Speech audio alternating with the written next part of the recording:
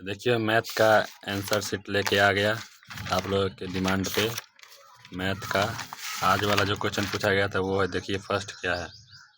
First में देखिए बिंदु 9,3 तथा 15,11 के बीच की दूरी क्या होगी। तो कितनी होगी दूरी। दूरी निकालने का फॉर्मूला बताए थे ना, x1 minus x2 plus y1 minus y2, यह था ना फॉर्मूला। तो आंसर आया इसका 10 इकाई। फिर नेक्स्ट देखिए, नेक्स्ट क्या है 2 नंबर में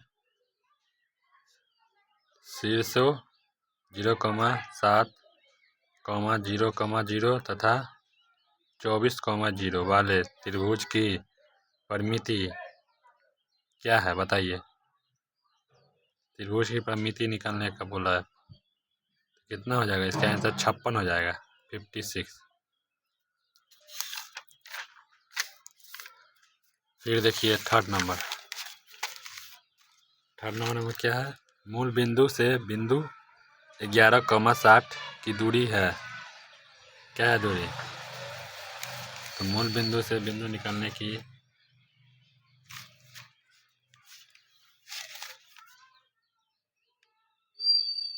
कितना होगी बताइए, कमेंट कीजिए। तो डी होगा 61। फिर 4 नंबर में देखिए क्या है लिखा हुआ। यदि बिंदु 1,2, 0,0 तथा a, b एक रैखिक है तो बताइए क्या होगा उसका आंसर।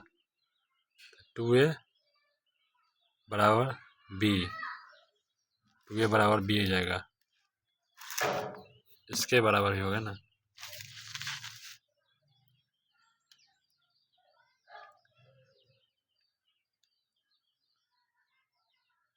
चार नंबर 5 नंबर देखिए।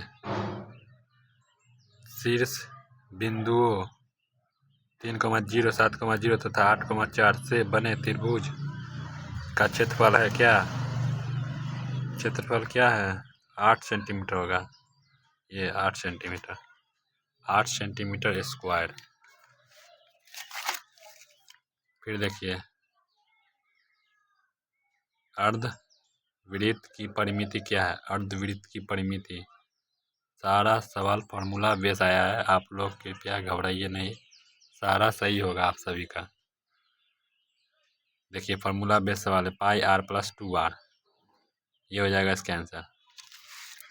ये 28 सेंटीमीटर व्यास वाले वृत्त की परिधि है क्या है 88 सेंटीमीटर।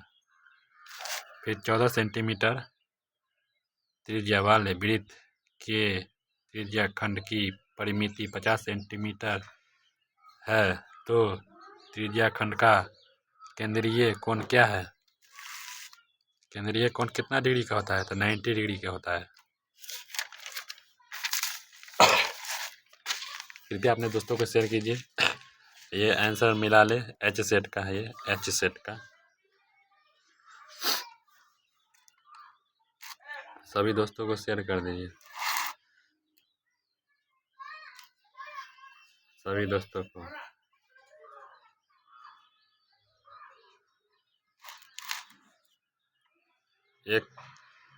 एक तार कितना है,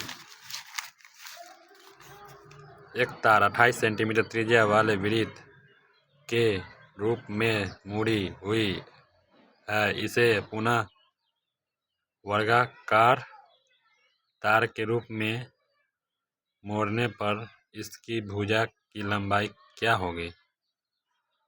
मोड़ने पर इसकी भुजा की लंबाई क्या होगी। तो 44 सेंटीमीटर होगा। सॉल्व करने पर 44 सेंटीमीटर आया है। फिर देखिए नेक्स्ट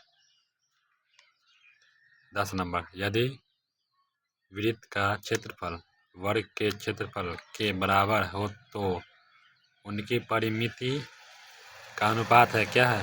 उनकी परिमिति का अनुपात √पाई रेशियो 2, √पाई अनुपात 2, ये होगा सी। फिर 11 नंबर पढ़िए। 11 नंबर क्वेश्चन में क्या है। 11 नंबर यदि किसी बारंबारता वितरण का मध्य तथा बहुलक क्रमशः 28 तथा 16 हो तो माध्यिका है क्या? 24। 24 ना होगा? फॉर्मूला पता है ना? माध्यिका का फॉर्मूला उसी पे निकालना है। सारा क्वेश्चन फार्मूला बेस पूछा है, बहुत इजी पूछा है। फिर नेक्स्ट देखिए 12 नंबर। 24 संख्याओं का औसत शून्य है, इसमें से अधिकतम कितनी संख्याएं शून्य से बड़ी हो सकती है? कितनी संख्या शून्य से बड़ी? 12 गो। एक निश्चित घटना होती है, क्या होती है एक निश्चित घटना? एक निश्चित घटना होने की प्रायिकता बताइए? 0। निश्चित होने की प्रायिकता 0। फिर 14 नंबर देखिए। एक पासे को एक बार उछाला जाता है तो एक अभाज्य संख्या आने की प्रायिकता क्या होगी? 1/2। 1/2 होगा।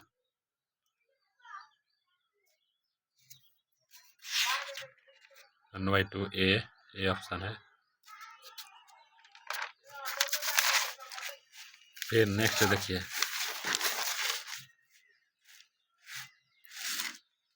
कितना नंबर सवाल है। निम्नलिखित में कौन सा विकल्प किसी घटना की प्रायिकता नहीं हो सकती? तो 3/, ये नहीं, जो एक से बड़ा हो। एक से बड़ा वाला नहीं ना हो सकता है। देखिए ना यहाँ 1.2 है, ये नहीं होगा 1.2। यदि P किसी घटना E की प्रायिकता को दर्शाता है तो उसका फॉर्मूला क्या होता है? देखिए P छोटा है 0 से।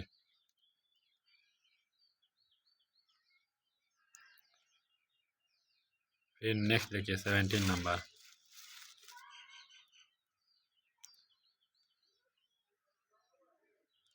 इसका आंसर हो जाएगा ये वाला, C होगा।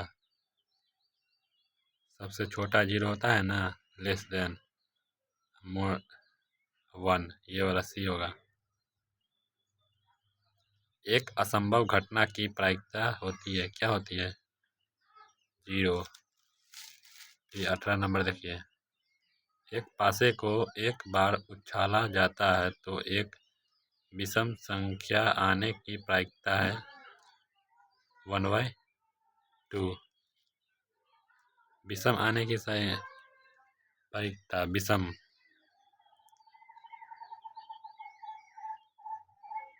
1/2 है।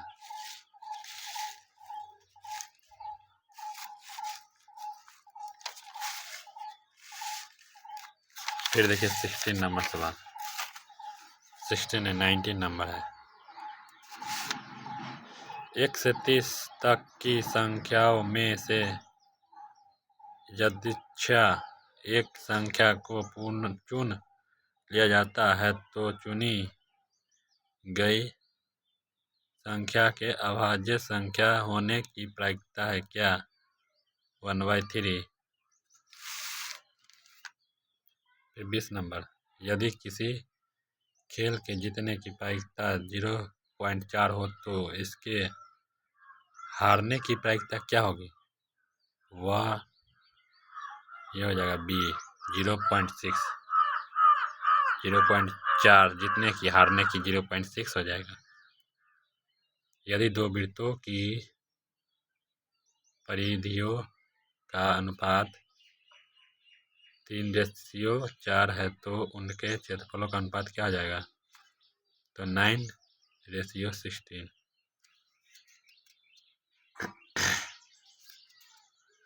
क्षेत्रफल माने इसका वर्ग कर दीजिए दोनों का।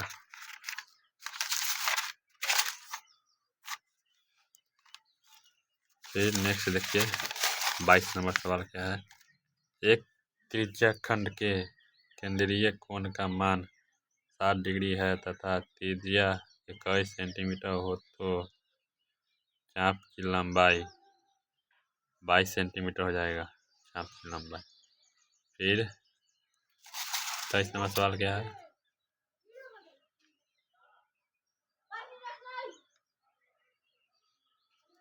छः सेंटीमीटर किनारे वाले 3 घनों को घनाभ बनाने हेतु प्रारंभ से अंत तक जोड़ा जाता है। परिणामी घनाभ का आयतन होगा क्या? 648 सेंटीमीटर क्यूब, 648 सेंटीमीटर क्यूब हो जाएगा।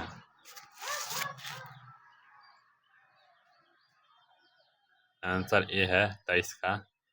फिर 24 का, यदि 2 गोलों का पृष्ठ क्षेत्रफल 16:9 के अनुपात में हो तो उनके आयतन का अनुपात है क्या? 4:3। ये नहीं होगा, आयतन 4:3 नहीं होगा, 64 होगा। 64 होगा क्योंकि इसका अनुपात आ जाएगा 4:3 आ जाएगा ना। तब फिर इसका क्यों करना होता है। ये 9 16 है ना, तो 16 का देखिए 4 हो जाएगा। फिर 9 का स्क्वायर 3 हो जाएगा ना। अब इसका क्यूब पता है करने के लिए, क्यूब करेंगे तो 3 बार इसका 4 का करेंगे तो 64 हो जाएगा। फिर 3 का 3 बार करेंगे तो 27 हो जाएगा ना। यहाँ क्या बोला है, यदि 2 गोलों का पृष्ठ क्षेत्रफल 16:9 के में हो तो उनके आयतन का अनुपात क्या होगा? आयतन का अनुपात माने क्यूब, आयतन माने क्यूब 3 में गुना था ना। 64 अनुपात 27।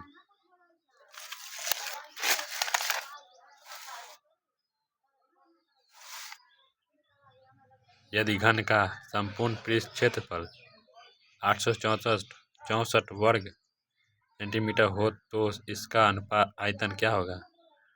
इसका आयतन क्या होगा? आयतन वही कर दीजिए,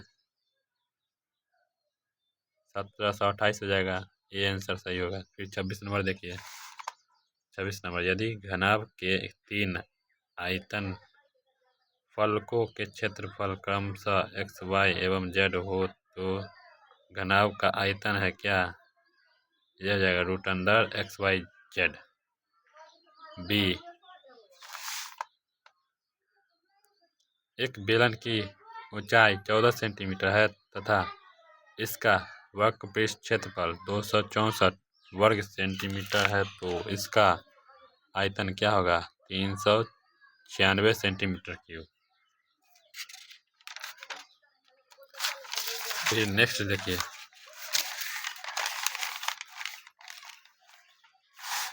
28 नंबर, निम्नांकित में केंद्रीय प्रवृत्ति के किस मापन की गणना के लिए संचयी बारंबारता सारणी की आवश्यकता होती है? तो माध्यिका ही से न निकलता है इसमें।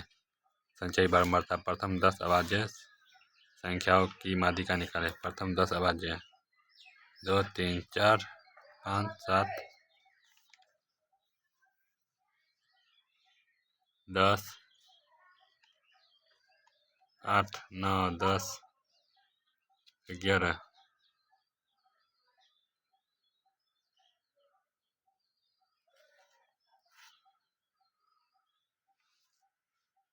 इसका आंसर 11 हो जाएगा। माध्यिका 11 नहीं है, 11 नहीं, 12 हो जाएगा। 12। प्रथम 10 अभाज्य संख्याओं की माध्यिका क्या होगा? 12।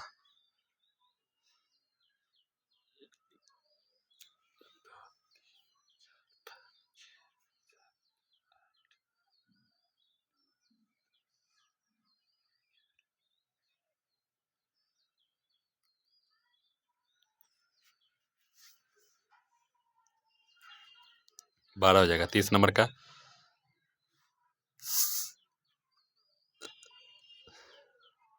सममित बारंबारता वितरण सारणी में होता है क्या होता है? माध्य, बहुलक, पहले माध्य का, फिर बहुलक का, फिर माध्यिका का होता है। ए ऑप्शन सही है, ए ऑप्शन। 31 नंबर देखिए, यदि sine theta plus sine square theta बराबर 1 हो तो कॉस स्क्वायर थीटा फिर कॉस पावर 4 थीटा तो किसके बराबर 1 के बराबर हो जाएगा। फिर 1 + tan स्क्वायर थीटा बटा 1 + cot स्क्वायर थीटा, इसका आंसर सी हो जाएगा। 32 का आंसर सी। फिर 33 का देखिए, यदि tan theta plus cot theta बराबर 5 हो तो tan square theta plus cot square theta बराबर 23 हो जाएगा। 33 का ए। 33 का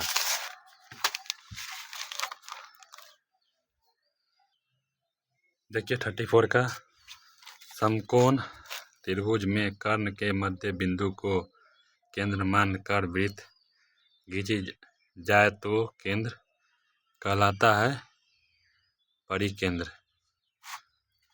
बी ऑप्शन सही होगा 34 का। 35 का देखिए, 15 मीटर लंबी एक सीढ़ी ऊर्ध्वाधर दीवार के सहारे टिकी है जो दीवार के साथ 60 डिग्री कोण बनाती है, तो दीवार की ऊंचाई क्या होगी। तो दीवार की ऊंचाई 15/2 मीटर हो जाएगा। फिर नेक्स्ट देखिए, 36 का, ये नहीं, गलती लगा गया, ये वाला सही था। 36 का क्या, किसी त्रिभुज की भुजाओं की लंबाई या क्रमशः 13 सेंटीमीटर, 14 सेंटीमीटर तथा 15 सेंटीमीटर है तो उसका क्षेत्रफल क्या होगा। 42 सेंटीमीटर होगा। 42 सेंटीमीटर आप लोग गुना करके देख लीजिएगा क्षेत्रफल का फॉर्मूला लगा करके।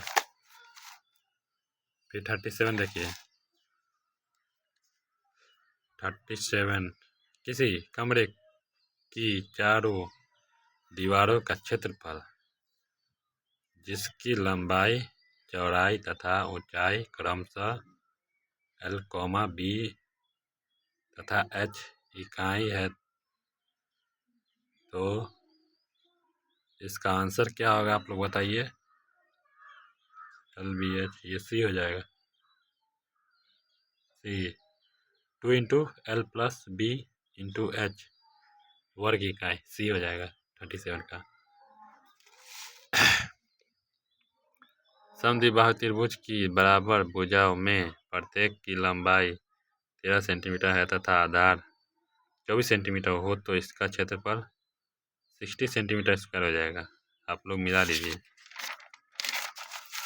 किसी दूसरा का क्वेश्चन पेपर लेकर आया हूँ मैं मांग करके आपको मिलाने के लिए, सटीक आंसर के लिए। यदि समबाहु त्रिभुज का क्षेत्रफल 36√3 सेंटीमीटर स्क्वायर है तो इसकी परिमिति होगी क्या। 36 सेंटीमीटर होगा। 40 का, किसी वर्ग के विकर्ण की लंबाई 10√2 सेंटीमीटर है तो इसका क्षेत्रफल है 100 सेंटीमीटर स्क्वायर। निम्नलिखित में किस प्रकार के सभी त्रिभुज समरूप होते हैं तो समबाहु त्रिभुज। सी ऑप्शन सी सही है। 42 का,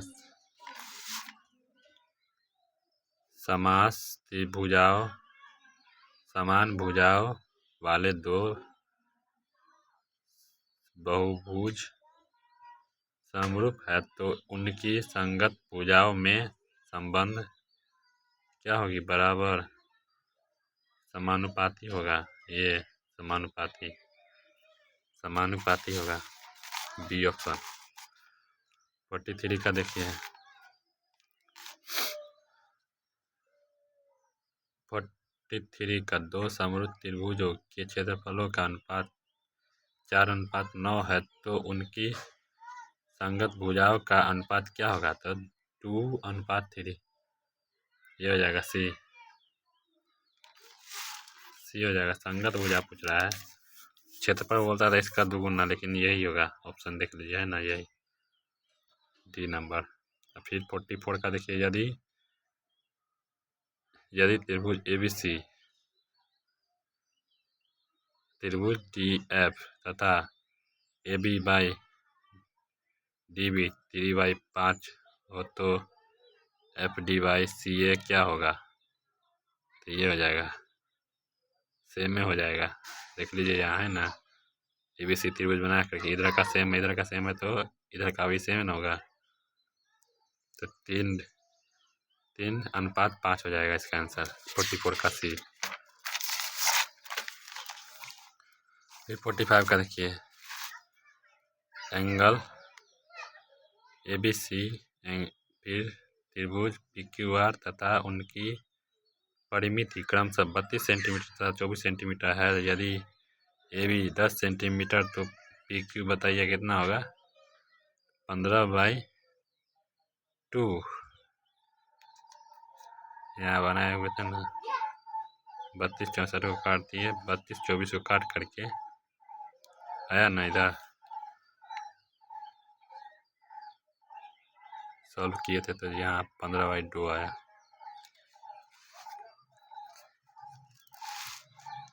46 का देखिए, 2A सेमी-भुजा वाले समबाहु त्रिभुज की ऊंचाई की लंबाई है। क्या है इसकी लंबाई?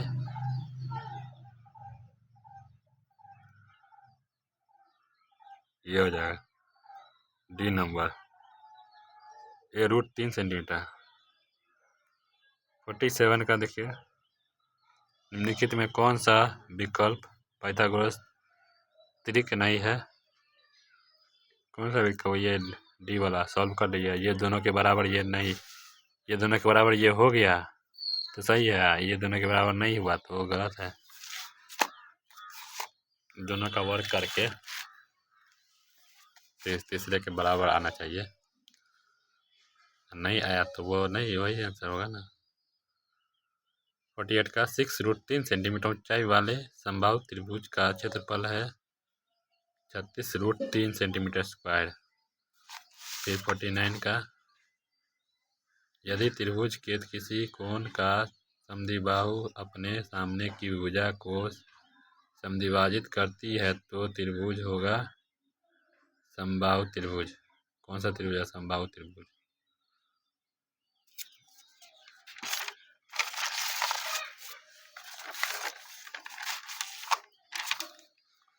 फिर नेक्स्ट, फिर 50 नंबर देखिए, किसी चतुर्भुज की सम्मुख भुजाओं के मध्य बिंदुओं को मिलाने से बनी आकृति कहलाती है क्या? समचतुर्भुज। यदि sin थीटा बराबर 45/53 हो तो cos थीटा क्या होगा? ये होगा 28/53। क्या दिया हुआ? ये दोनों दिया हुआ है, ये निकल गया। लंब और कर्ण दिया हुआ है ना, आधार निकालना था, आधार निकाल करके बस बैठा दिए फॉर्मूला में, बी हो जाएगा। ये देखिए 52 का 52 sin 29 डिग्री बटा cos 81, तो cos 81 के बराबर लाए तो किसके 1 होगा? 1 के बराबर ही लाएंगे तो हो जाएगा ना, सी ऑप्शन सही होगा उसका। 53 का निम्नलिखित विकल्पों में कौन इकाई के बराबर नहीं है? तो ये सी नंबर नहीं है, cos square theta minus sin square theta, ये नहीं है, ये सब बराबर है। 54, यदि किसी वृक्ष का छाया की लंबाई किसी वृक्ष का छाया का लंबाई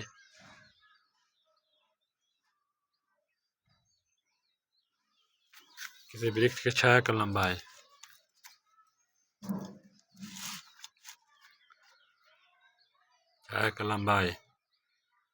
और ऊंचाई, उसकी ऊंचाई के बराबर हो तो सूर्य का उन्नयन कोण क्या होगा? 45 डिग्री होगा। 55 cos थीटा का मान sin थीटा के रूप में है। सारा सवेरे पढ़ाया हुआ था, उसी में से आया। आप लोग कहाँ रहते? देखिए √1 - sin स्क्वायर थीटा, ये होगा फर्स्ट वाला आंसर सही है। आप लोग सब्सक्राइब नहीं कीजिएगा तो ऐसा ही ना होगा। सब्सक्राइब करके ऑल पे क्लिक करिएगा, ऑल नोटिफिकेशन पे, तब आपको लेटेस्ट अपडेट जल्द से जल्द मिल जाएगा। यदि सेक थीटा बराबर कोसेक थीटा हो तो थीटा बराबर क्या होगा 45 डिग्री। फिर 57 का देखिए, साइंस का theta 30 degree, cos square theta 60 degree minus cot square theta 45 degree. तो सॉल्व करके यहाँ आया -1/2, बी ऑप्शन सही है इसका। यदि √3 tan थीटा बराबर 1 हो तो थीटा का मान कितना होगा, तो ये 30 डिग्री आ जाएगा, ये ऑप्शन सही होगा। 59 का, यदि cot theta a plus 1/cot a बराबर 2 है तो a बराबर तो tan square a plus 1/tan square a, तो इसका मान क्या हो जाएगा 4 के बराबर हो जाएगा। 4 नहीं होगा यार, 2 होगा, 2। सी वाला सही है, ये गलती है।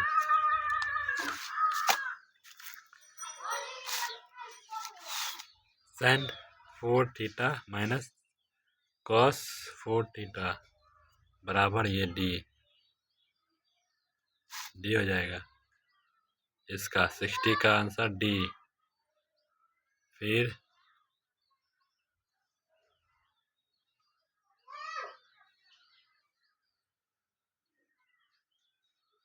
किन्हीं दो धनात्मक पूर्णांक a और b के लिए यूक्लिड विभाजन परिमेयिका का अनुसार अद्वितीय पूर्णांक q तथा r हो तो है जो उसकी समीकरण a बराबर b³ प्लस r से संतुष्ट कौन होगा, ये होगा बी वाला। 62 यूक्लिड विभाजन एल्गोरिथ्म के अनुसार 867 तथा 255 का मौसा निकालिए, 51 हो जाएगा। सारा सवेरे में बताया था, सुबह मैंने सारा क्वेश्चन करा दिया था। देखिए ये 7429 के अभाज्य गुणनखंड क्या हो जाएंगे, तो ए वाला हो जाएगा। 64 यदि दो संख्याओं a तथा b का लसा तथा मौसा क्रमशः c तथा d हो तो क्या हो जाएगा, ये ab बराबर cd। फिर 65 निम्नलिखित में कौन सी संख्या परिमेय संख्या है, तो ये √4, ये सब अपरिमेय है, ये √4 परिमेय है। फिर 60 का देखिए, 60 का क्या होगा, वैसी संख्या है जिसका व्यापक रूप p/q होता है उसे कौन सा पूर्णांक कहते हैं, एवं q = not 0 कौन परिमेय संख्या का होता है ना। डायरेक्ट डिफिनीशन दे दिया, क्या कहलाएगा, परिमेय संख्या कहलाएगा।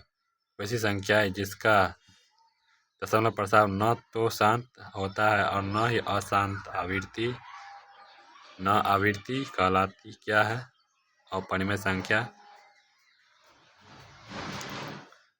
फिर 68 में क्या है, 3 - √2√5 का होल स्क्वायर, इसका आंसर जाएगा 29 - 12√5 का 12√5 हो जाएगा, ये हो जाएगा। ये 60 का बहुपद x स्क्वायर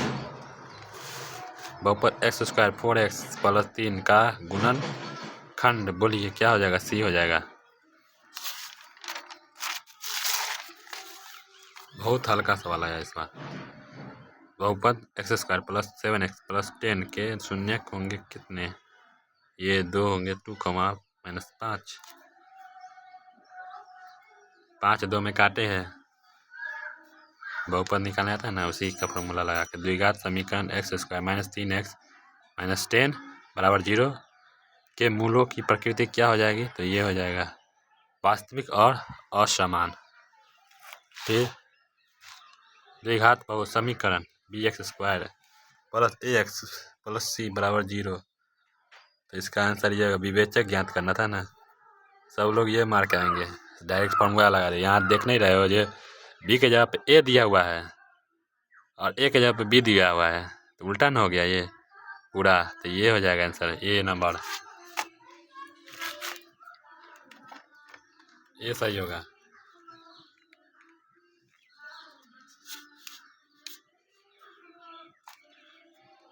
73 यदि 3, x, y तथा 15 समांतर श्रेणी में है तो x प्लस वाई बराबर कितना हो जाएगा? 18, ये वाला हो जाएगा। अनुक्रम 5, 9, 13, 17, 21 का सर्वांतर कितना होगा? 9 में से 5 घटाएंगे तो कितना? 4 आ जाएगा। सर्वांतर निकालने का यही होता है। अनुक्रम 5, 1 माइनस 3 का 13वां पद क्या हो जाएगा? तो ये 43 हो जाएगा। सी ऑप्शन सही है। 76 नंबर देखिए, प्रथम n प्राकृतिक संख्याओं का योगफल क्या हो जाएगा? ये B number, n into n plus 1 upon 2। फिर 77 नंबर देखिए, 11 plus 12 plus 13 plus dash dash 45, तो इसका बताइए क्या हो जाएगा आंसर? ये बी हो जाएगा। फिर समांतर श्रेणी √7, √28, √63 का अगला पद क्या होगा? तो √112 हो जाएगा। √112। 379 का समांतर श्रेणी 3, 7, 11, 15 के कितने पदों का योगफल 400 से 6 होगा? तो 14, ये सी नंबर।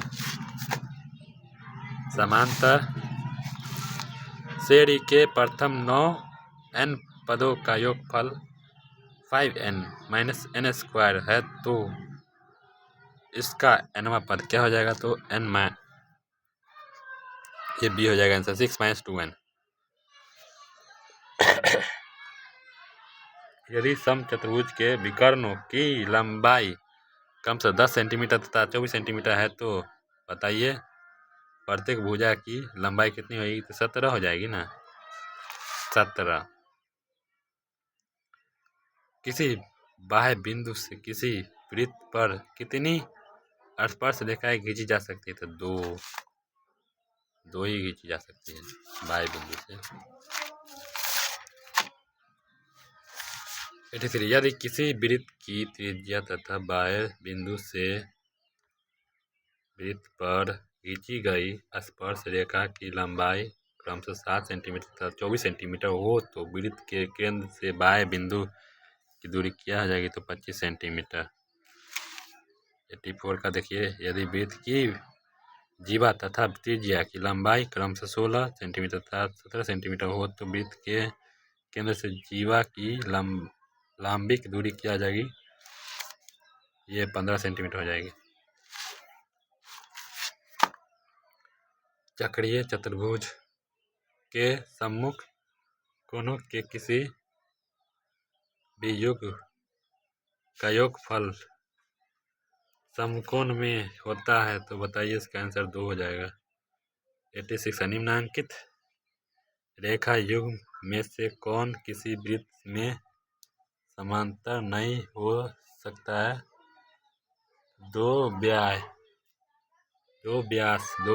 नहीं हो सकता है। यदि वृत्त की किन्हीं दो त्रिज्याओं के बीच का कोण 130 डिग्री है तो त्रिज्याओं के अंकित सिरों पर स्पर्श रेखाओं के बीच का कोण होगा क्या हो जाएगा? 50 डिग्री हो जाएगा।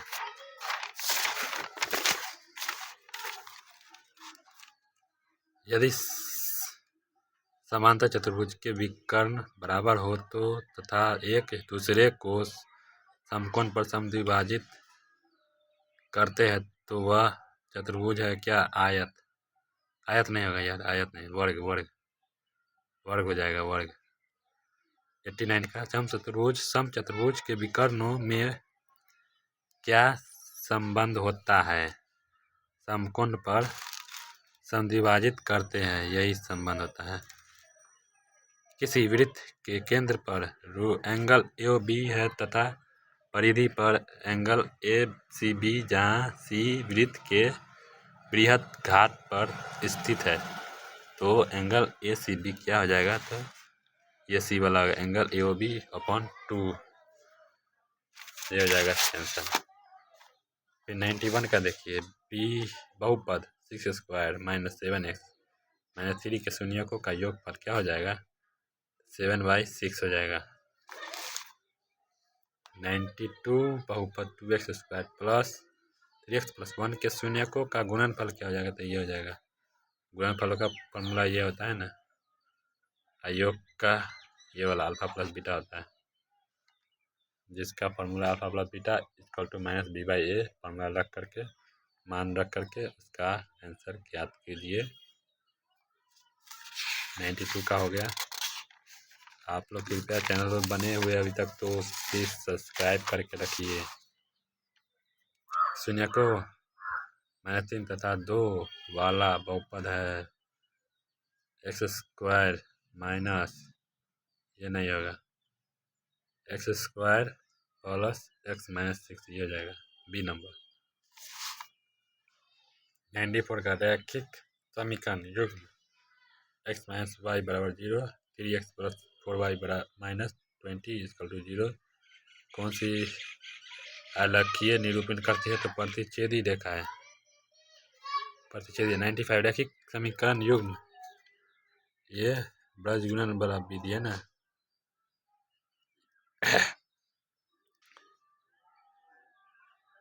में यदि a1/a2 = b1/b2 c1/c2 इनके हल होंगे, क्या होंगे हल? अनंत हल होंगे, अनंत। रैखिक समीकरण युग्म इतना के आलेखीय निरूपण यदि समांतर रेखाएं हो तो ये हो जाएगा a1/a2 = b1/b2 ≠ c1/c2। क्या पूछा? समांतर रेखाएं के लिए, समांतर रेखाएं के लिए यही ना होता है।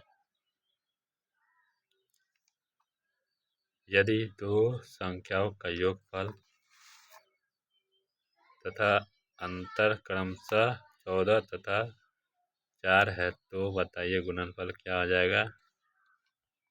गुणनफल क्या हो जाएगा? 45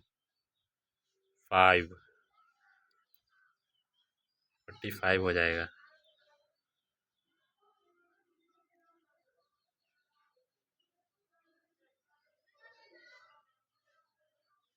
हो जाएगा इसका आंसर।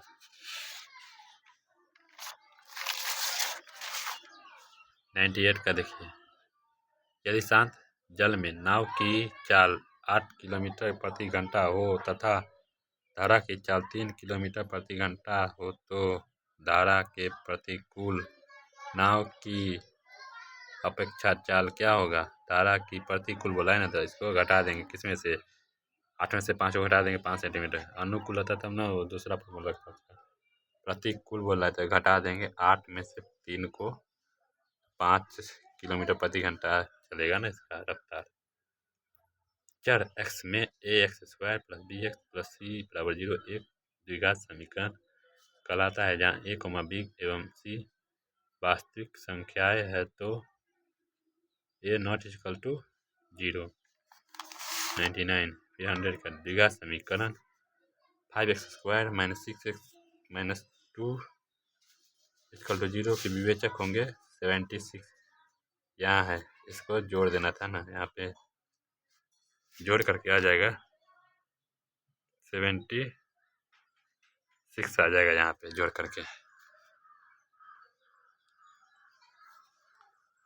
विवेचक का फॉर्मूला। तो हो गया समाप्त, 100 क्वेश्चन करा दिया।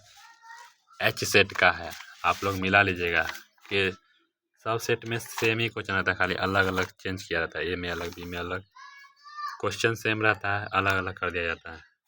इसमें कितना सवाल बनाना था? प्रश्न में 1 से 30 में से 15 को सवाल बनाना था, जो कि बन गया ही होगा, बना लिए होंगे। कमेंट कीजिएगा कितना बना था।